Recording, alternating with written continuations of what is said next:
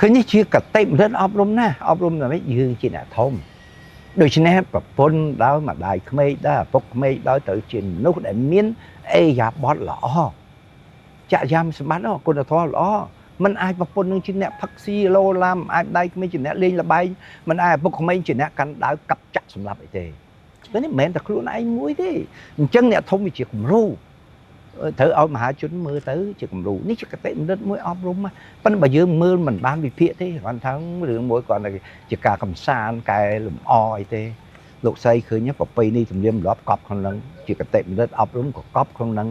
ចឹងហើយបាទខ្ញុំចេះតែប្រាប់ទៅយុវជនស្ទាប់គាត់ឲ្យថាឲ្យសិក្សាឲ្យអានរឿងព្រេងរបស់ខ្មែរទៅទីមួយចេះដល់ពាក្យពេចន៍ឃ្លាប្រយោគដែលយើងសន្ទនាគ្នាយើងមិនភ្លេចភាសាយើងភាសានេះវាជាអត្តសញ្ញាណរបស់ជាតិសាសន៍មនុស្សកើតមកតាំងពីដើមដំបូងមកមានភាសាជាប់ខ្លួនមនុស្សគេមានភាសាគេមនុស្សយើងមានភាសាយើង